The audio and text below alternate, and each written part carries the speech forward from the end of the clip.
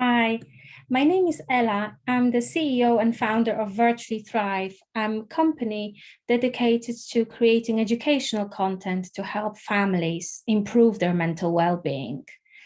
Um, Today, I want to talk to you about mental health in families and your relationship with your children and how that is all connected with consent and ethics. Um, Many of you who are watching this video are parents, moms and dads. Many of you are familiar with the huge challenges that parenting comes with, how it changes our lives and how it changes our identity almost. Parenting can be very overwhelming and for many different reasons. And that's for both moms and dads. What's really important, and I feel it's something that's not really talked about enough, is how to prevent ill mental health in families. What can we do? What steps can we all take to prevent mental illness, to prevent our children from becoming extremely anxious or depressed? And how can we prevent hospitalization or medication? And of course, it's not very black and white. The answer is not always simple, but I feel like there needs to be more emphasis on not only self-care in parents and how to find time and space to switch off, to relax and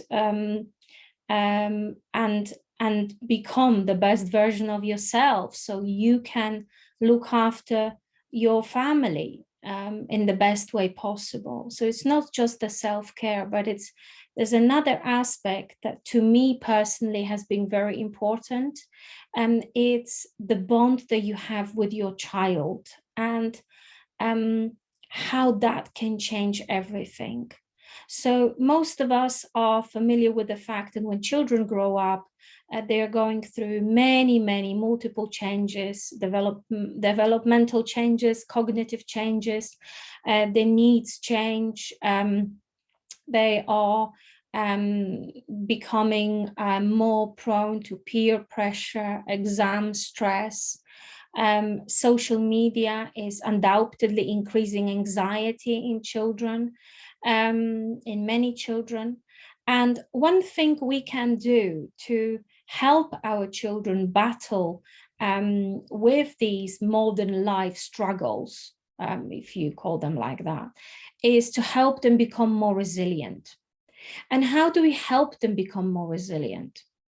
Well, in my opinion, it's about allowing child to not just to open up and feel they can be themselves at home with their family members, allowing non-judgmental space for a child to express themselves, for inform or express what's been going on, what am I struggling with, but also to build positive self-image in our children.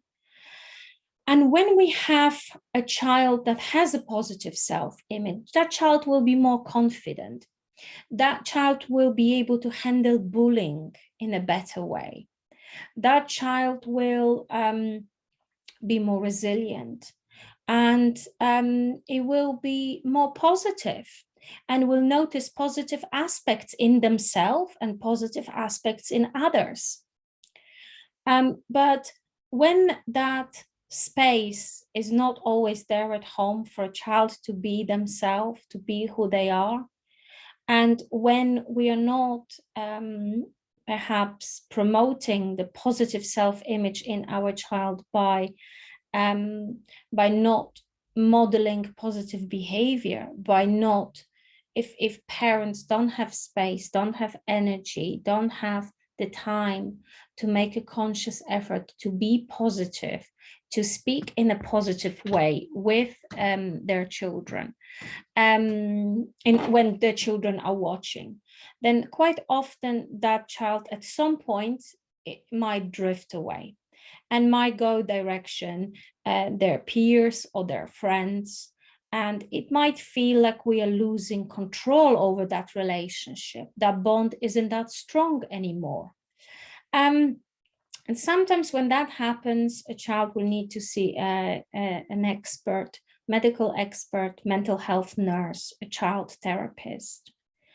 And this is important because sometimes it happens that we parents decide when our child needs to go and see someone, but there will be the times when our child feels themselves they need help and is openly expressing that to us, perhaps when we had a better day at work and when we were able to listen to them and hear what they've got to say. They will say somewhere along the lines, very indirectly, maybe with a sheepish tone, that I think I would like to see someone. And that is that consent. What's important to recognize is we parents should be there for our child, regardless whether they go and see a therapist or a mental health nurse, regardless whether they stay in a hospital or they are just feeling anxious at home.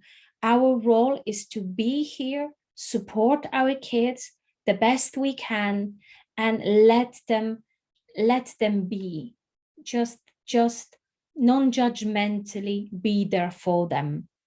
So that's one thing. But another thing is that when our child does need medical help, expert help, some of the information might not be easily accessible to us parents, because that child is often treated as an individual patient, and there is confidentiality, patient's confidentiality, and ethics that apply to that situation. And we parents don't have a huge impact on those. And that's actually for a very good reason. Many children experience domestic abuse. Many children grow up in unhealthy unhealthy family relationships where they're not looked after, when they're neglected. And those children need to be protected. And of course, those children need to have ethics to protect them and their confidentiality once they are taking active part in treatment plan and meeting a professional. But there will be the times where our child is just feeling anxious, or I'm saying just, but that's a big thing, or is depressed. And we parents don't have access to what's going on between that therapist and our child. So the best we can do in that situation is to keep close, to hold on to our children, is to keep close relationship with them, is to have a monthly check-in with them.